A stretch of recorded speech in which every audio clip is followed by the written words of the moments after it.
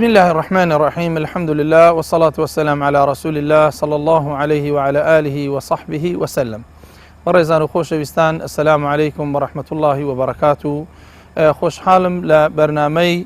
سوی ڕێنمایی بە یەکتر دەگەینەوە. ئومێد دەکەم بتوانم شتێک پێشکەش بە بەڕێستان بکەم لە ژیانی پێغەمبەر صلی الله عليه وسلم کەوا ئیشی لەسەر کراوە و پێغەمبەری خوا کردێتی صلی الله عليه وسلم و سەحابەکان ئەنجامیان داوە. ئێمەش ئەو ڕێبازەی ئەو تەرک نەکەین. خاستەن بە ڕێزان ئێمە دەمەوێت لەو چەند حەڵقەیە ئاماژە لەسەر هەندێک سنەتی پێغەمبەرکەم صلی الله عليه وسلم کە بگرە زۆر لە مسلمانان هەیە نایکا یان فەرامۆشی کردیە یان زۆر بایەخی پێنادا، بۆی بەڕاستی گرینگە ئینسانی ئیماندار ئاگادار بی هەندێشت هەیە کە محەممەد المستەفا صلی الله عليه وسلم تاکیدی لەسەر کردیتەوە، ئەویش بەڕاستی ئێمە ئەنجامی بدەین. بزانە ئەو ئاەتەی قورئانی پیرۆز كخواي جورا بيمان دفر طبعا أول رجاي محمد المصطفى صلى الله عليه وسلم قل إن كنتم تحبون الله فاتبعوني يحببكم الله ويغفر لكم ذنوبكم والله غفور رحيم. خواي جورا دفر بيغمر صلى الله عليه وسلم قل واتبيان بله إن كنتم تحبون الله أجر إيه وأخواتان خوش دوي. طبعا أولا أو آية لسس دابزي هذا المفسرين أماجة في ذاك الضلين أو آية لسر أو دابزي صحابة كان قلت أنا بيغمر صلى الله عليه وسلم يا رسول الله إيه مخوامان خوش دوي بلام دمانوي خواي جورا نيشانيك من بيبلي علامتك بلسر روي زوي كخواش أمي خوش دوي إما وابانقشة كأنه ضلين خواي جورا ما خوش دوي بلام كوب زانين خوا إما خوش دوي أو آية دابزي خواي جورا فرمي بيغمر قل إن كنتم تحبون الله إيوه أجر خواي پروردگارتان خوش دوي فاتبعوني بدور ربازي محمد المصطفى كون صلى الله عليه وسلم لدور رغي أو دابرون أو علامة نشاني هندية كاتك كبدوي كتن يحببكم الله أو وقت خواي قوراء نقول خوش دبي ويغفر لكم ذنوبكم ولا جناح كان يشتان دا خوش دبي والله غفور رحيم. خواي قوراء هم لي بردي هم سوزي هم مزيه هي برزانم تماشاك ابن كثير ده فرمي أو آية حاكمة لسر هل كسك كبلي أمن خواي قورم خوش دبي اتباع محمد المصطفى صلى الله عليه وسلم أجنا قسكي رازنية باطلة دور لراستي ولو شو كخواي قورا خوي بالرياري دايا أو كسم خوش دوي كاتباع محمد المصطفى صلى الله عليه وسلم لجير روشناي أو بروا لجير ربازكي أو بروا بسر رقاكي أو دا بروا سنتي بيغمبري إخوة صلى الله عليه وسلم تطبيقك خواي پروردگار أتوي خوش دوي زا أو سنتي كإما تأكيدي لسر دكينو بزان أو وكو ري خوش كردن يقبولو سنة بابتي سنة محمد المصطفى صلى الله عليه وسلم. بيغمبري إخوة صلى الله عليه وسلم كاتێک دەبینی منداڵێک هەیە لە خزمەت پێغەمبەر صلی الله عليه وسلم دانیشتە نان خواردن هەیە لۆی پێغەمبەر صلی الله عليه وسلم هەموو مناسبەتەکانیشی دەقۆستە و لۆی قسەی خێری تێدا بکە فەرمودەیەکی تێدا بڵێ ئەمانی گوێڕایەلی بکەن تەماشا دەکەی ئەو منداڵە تەمەنیشی زۆر گەورە نەبوو بەڵام پێغەمبەر صلی الله عليه وسلم دیتی شێوازی نان خواردنی پێشتر عادەت بوو زۆر جار وێ کۆمەڵێک لەسەر یەک قاپی گەورە نانیان دەخوارد دەستی لەوێ دەژێڕا لەوێ دەژێڕا لەوێ دەژێڕا لەوێ شتێک دەستدەدا لەوێ شتێک دەستدەدا سەیر تەماشا دەکەی باشە ئەو منداڵە پێغەمبەر صلی الله عليه وسلم بزانە چەند بە ئوسلوبەکی جوان چەند حەکیمانە چەند مامۆستایەکی بەڕێز حتا منداڵ یعنی منداڵێکی زۆر گەورەش نەبوو بەڵام فامی دەکرد و دەیزانی و قسەی دەکرد و شتی هەبوو حتا چوو بوو لەن کۆشی پێغەمبەریش دانی صلی الله عليه وسلم دەفەرمێ پێغەمبەر فەرمووی صلی الله عليه وسلم یا غولام سەمی الله أي من ضال ناوي خوابين يعني كان نان دز دا خواردت ناوي خواي جورا بينهم زانا تبرزان سنة إنسان كناني دا خوابري بسم الله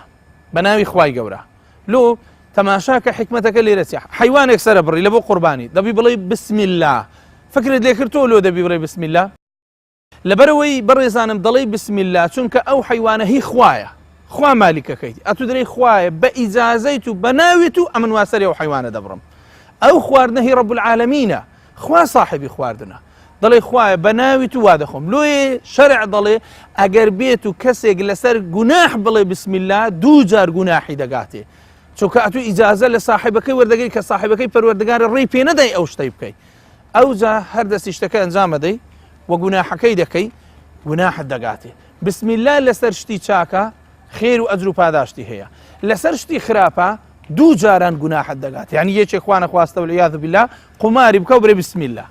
ئەوە دوو جار گوناحی دەکاتێت جارێکی قورئانەکە جارێک ئەو بسم الله لە جێگای خۆی دانەنە جەلوی بەڕێزانم بەڕاستی پێویستە تەماشاکە پێغەمبەر صلی الله علیه وسلم ئوسلوبێکی جوان هەل لە سەنان خواردنەکە زۆر بە شێوازێکی جوان ڕووی لە منداڵەکە دەکا یا غولام سم الله واتە ناوی خوای گەورە بینە بەڵێ بسم الله بسم الله ناوی خوای گەورەیە زۆر پێویستە لەسەر ئیماندار کاتێک دەست بەنان خواردن دەکە حتا ئێستا و ئادابی ئەوەی لێ وەردەگرین زۆر جاری وا هێستا بڕۆ تەماشاکە زۆر ماڵ هەیە باب داک منداڵ کۆمەڕێک دانیشتوینە ناوین دەخۆن یەک بەشەر نارێ بسم الله لۆ نارێ کاکە لۆ لەو خێرە خۆتان بێبەش دەکەن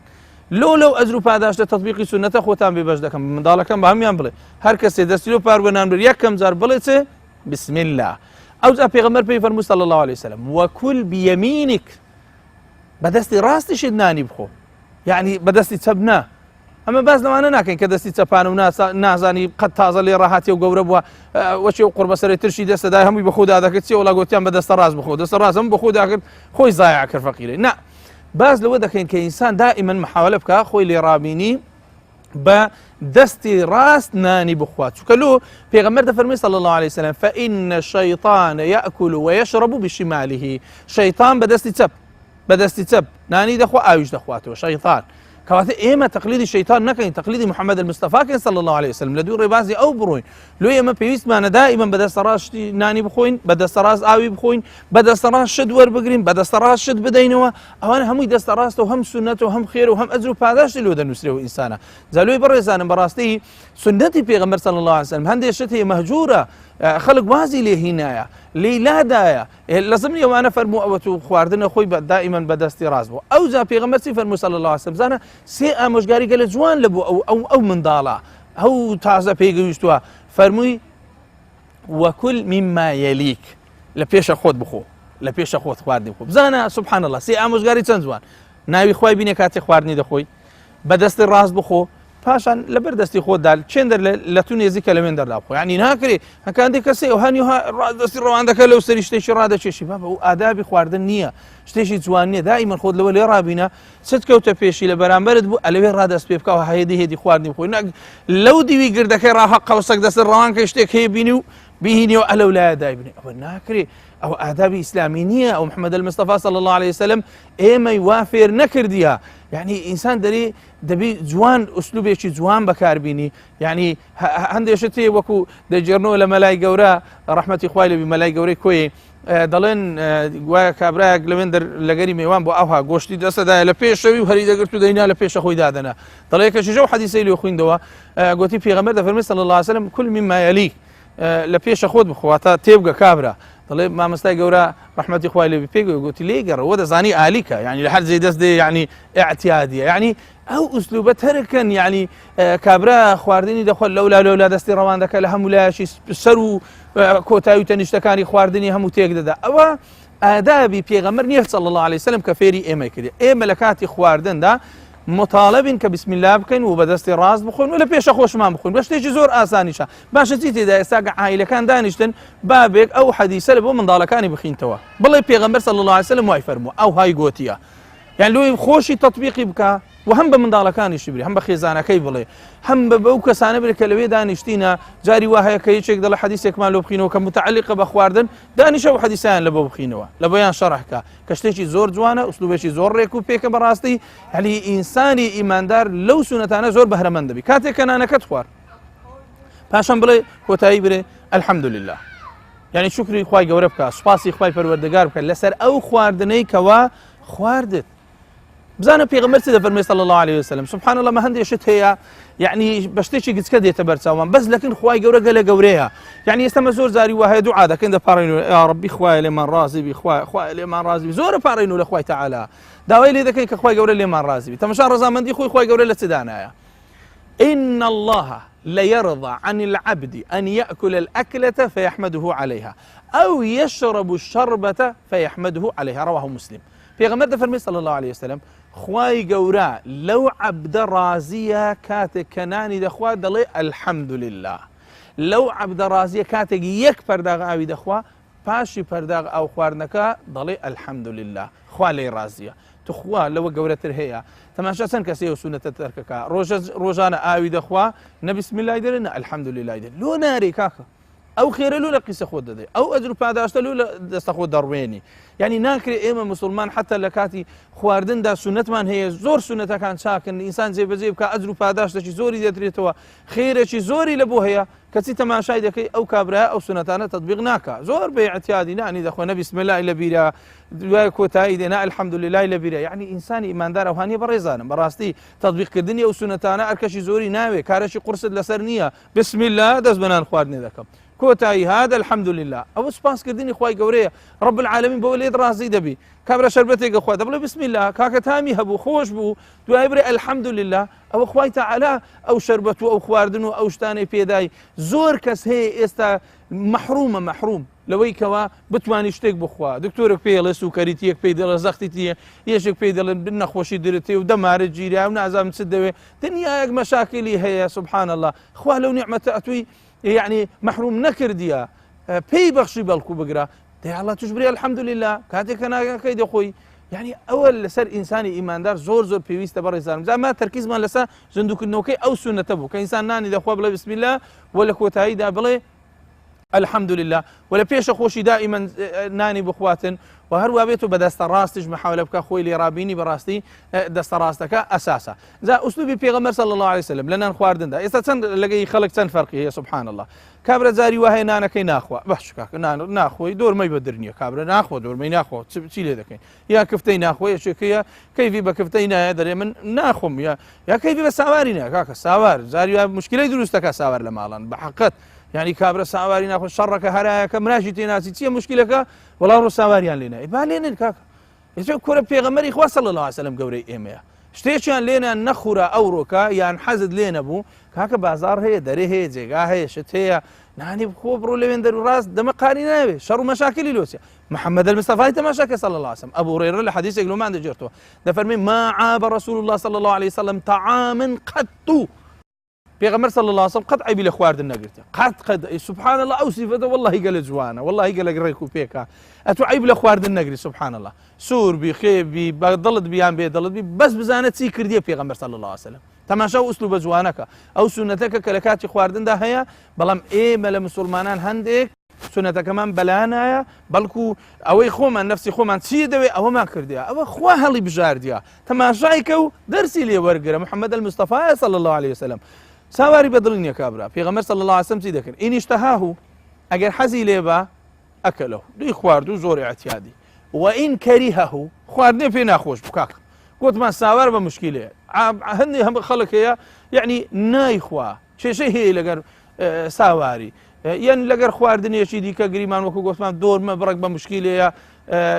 کابرا حەزی لێ نییە کەیفی پێ نایەوێت لە ماری ئەو شیوە خواردنی لێ نییە پێغەمبەر صلی الله عليه وسلم ئەگەر بەدری نەبات چی دەکرد هەرای دەکرد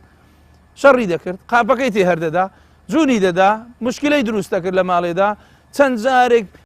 بەعزێ پیاو هەیە کورە هەموو جیران گوێیان لێ دەبی جیران چ دەڵێ حەیوانی تەواونی مێشکت نییە چەند جارم پێگوتی بابوو گارەگاری لۆ چییە زارت ببەستە زارت بگرە